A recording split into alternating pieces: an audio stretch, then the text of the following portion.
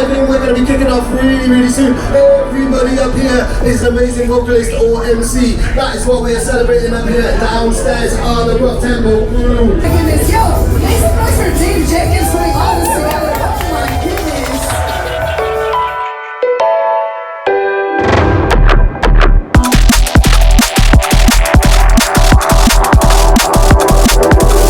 Come for the Ragga twins, they're around here somewhere. They got 5 minutes to get on the boat. This is stress.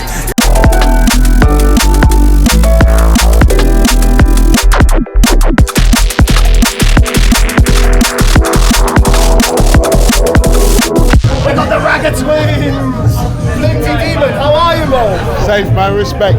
Go on, you only just made it, didn't you? Yeah, because they got all the protests down at Westminster. There was loads of traffic. You know, we thought we left that early enough, but obviously not. But we knew you'd wait for us. Yeah, we got there. Despite the challenges, we got there. We're sailing down your ends, we're sailing through your ends. Do you do many boat parties or anything? We've done many boat parties, many.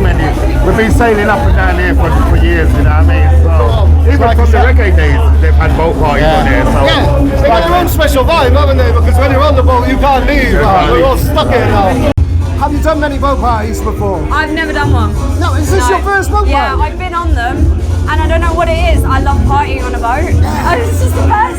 So yeah, I've done a lot of boat parties, but I've never actually performed at one. Go on, there we go. Another exclusive on one more thing. Cindy Bryce's first ever boat performance.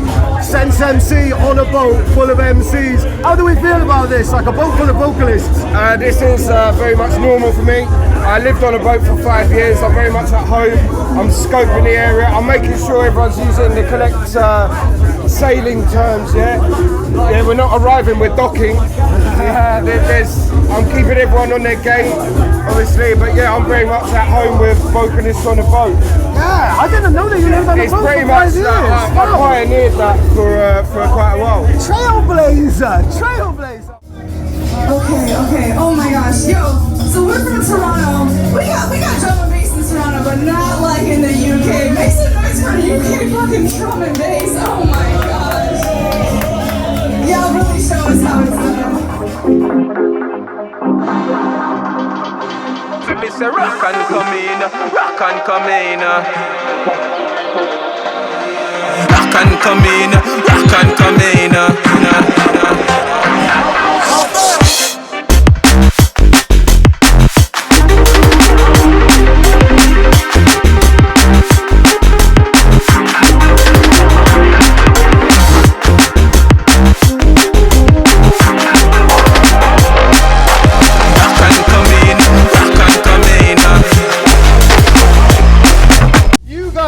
This, you caused all of this. Oh please, that was all you, Dave, come on. Right, just in case you don't know what's going on, Flowanastasia and Tyr Kohout got married last week. This is the start of their honeymoon, which is also a tour of Europe, their first ever international tour, and they launched it with one more thing. One more thing, oh my god. Tyr and I just got married exactly 1 week ago, so this is like...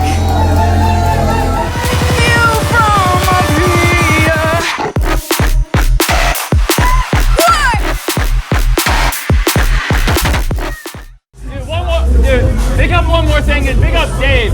Okay, Dave's absolutely killing it. Dave wrote for a long time for UKF and then decided to do his own thing. He's absolutely been crushing it, and I'm super proud of the journey that you've been on. Oh, thank you. Yeah, man, it's such an honor to be involved with this. Like, I couldn't believe that you were willing to take us on for this show, and it's on a freaking boat. And yeah, man. It couldn't be more English. It's our first ever show outside of Canada, our first show in the UK, and what could be more English than being on a boat on the Thames in the rain? On a rainy day, yeah. We fucking did it. On a rainy day with loads of messy people around. This is the UK experience, and I'm really glad. Welcome to the UK. Yeah, thank you. Yeah, I mean, it was you guys inspired this whole lineup. I was looking for a reason to do a party. You guys had a reason to do a party. We took it the whole vocal lineup. What do you think about the vocal lineup? This is absolutely unbelievable. It was already going to be a unique experience, but then this vocal concept of just vocalists and MCs, like, couldn't be more of an honor to be part of it. It's a privilege. Honestly, Dave, thank you for putting this together. Yeah, man, thank you for having the idea. You know, like I know there's been boat parties before, but I like the direction you've taken this, because we don't really have a lot of boat parties in Canada, so for us, we're really excited to do something like that. I really appreciate that you made it not only about like the music and the sound, but also about like getting people involved, but making the music like more unique by having that vocal accompaniment. Because usually when we're playing, it's just us, like, you know what I mean, or it might be an MC or something. But the whole night has been a different vibe every single time, and I appreciate that. And if you're not on that vibe, then go to that vibe. And for people who can't see where I just pointed, there's a stage downstairs as well. So we've got 2 stages going on at once on the same boat, which is crazy. I didn't think you could pull that off. Oh my god, the vibes in here are unreal, and like you said, it's a spectrum, all different kinds of vocals, all different kinds of styles. This is unreal. I think you got something special, and it's so grateful, and we're so grateful to be a part of it. Amazing.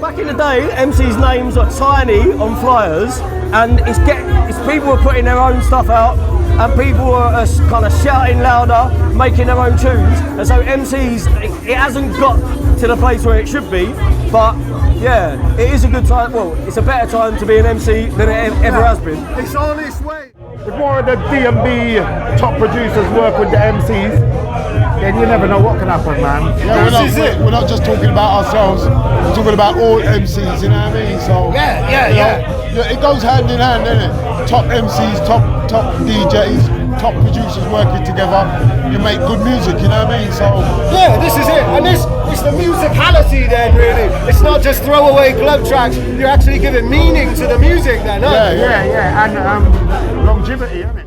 Because people always say, you know, when you have the vocal or the hook, that's what everyone sings along to. That's what they always remember. Yeah. So yeah, it's nice to have a bit of credit. It's good. Yeah, vocals create anthems. Otherwise, music is just it can get a bit throwaway, unfortunately, can't it? Of course, yeah. Once you got that hook or that catchy lyric that you just constantly remember, it gets stuck in your head. That's the best bit of the song. Alright, can I get the clock going? This is Tyr Kohout, so play original right now. We brought something special just for you. Produced back home in Toronto. Something a little different for you.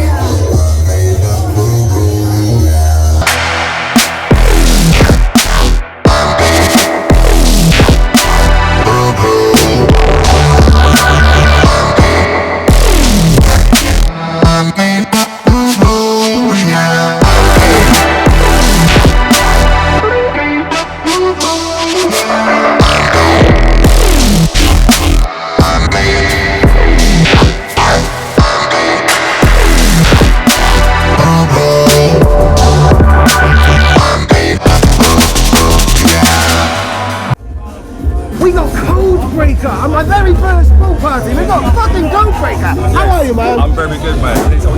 My one work or does your one work? Your one works. We use your one, yeah? We use my one. Alright, good. I'm very good. Yeah, Brilliant, man. How do you feel about this? We're on a boat full of vocalists. This is a celebration of your art form. How do you feel about that? I mean, as some people in NoDave would know, I'm quite a big advocate for that.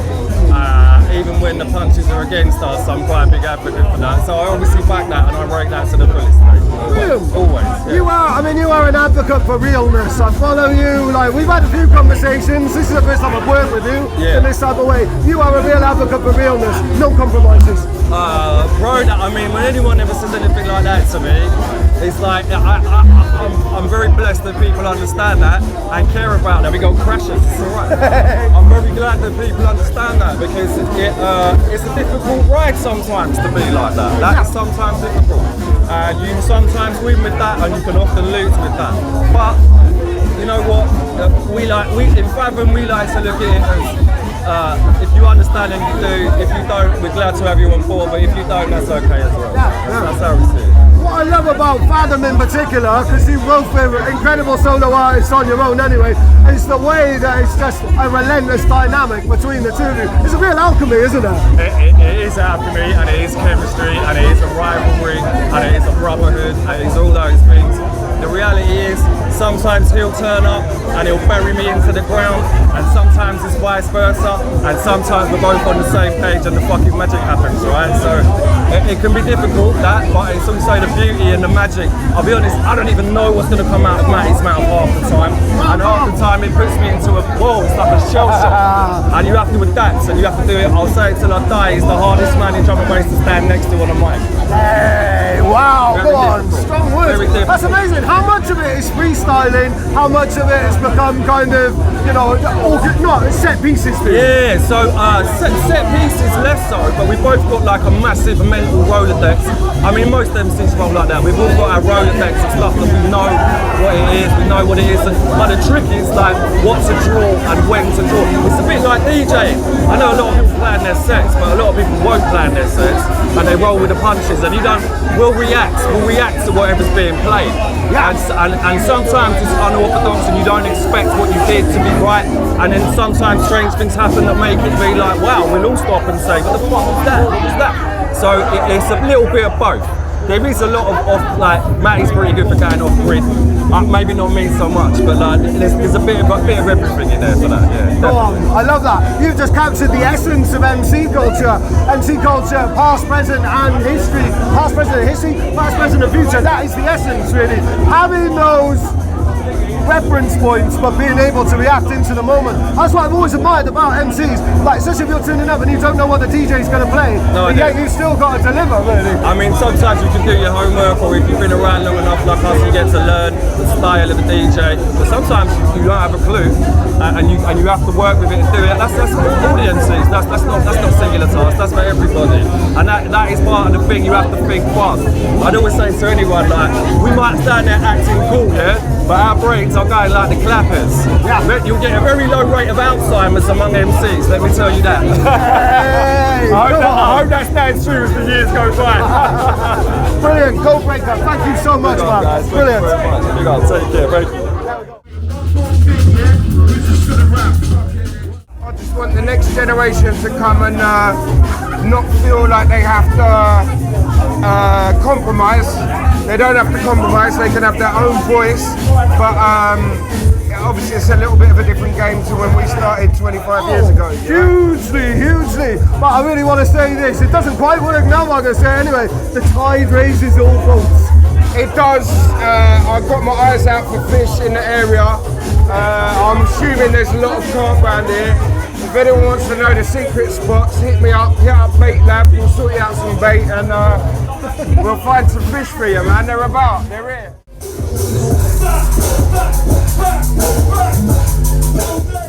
Who would be on your dream boat if you could put together a lineup of your favourite MCs and vocalists? Who would be on this boat? Oh, that is good. I'll tell you what, Fathom Audio, for sure, definitely. I'd say, it's like Metropolis from Foreign Beggars, who, you know, he passed away, but yeah, like, I'd have it. Rick Astley doing the Smiths, you know, like he did at Glastonbury, right, and the lead singer of the Idols hosting a jungle set. Yeah, man, definitely. I think also Corey Taylor from Slipknot hosting a jungle set. That geezer, he can put some bars down. I think that my dream boat would be absolutely fucking terrifying to most people. It'll be a floating apocalypse, and you know, if I tried to make this a floating apocalypse, but all that really happened is that someone got me on the forehead with one of them fanny hammers, like I told you they would. Brilliant. Well, this has been my dream boat, and you've been on it. Thank you so much, Agman. Yes, not a dream, it's a nightmare.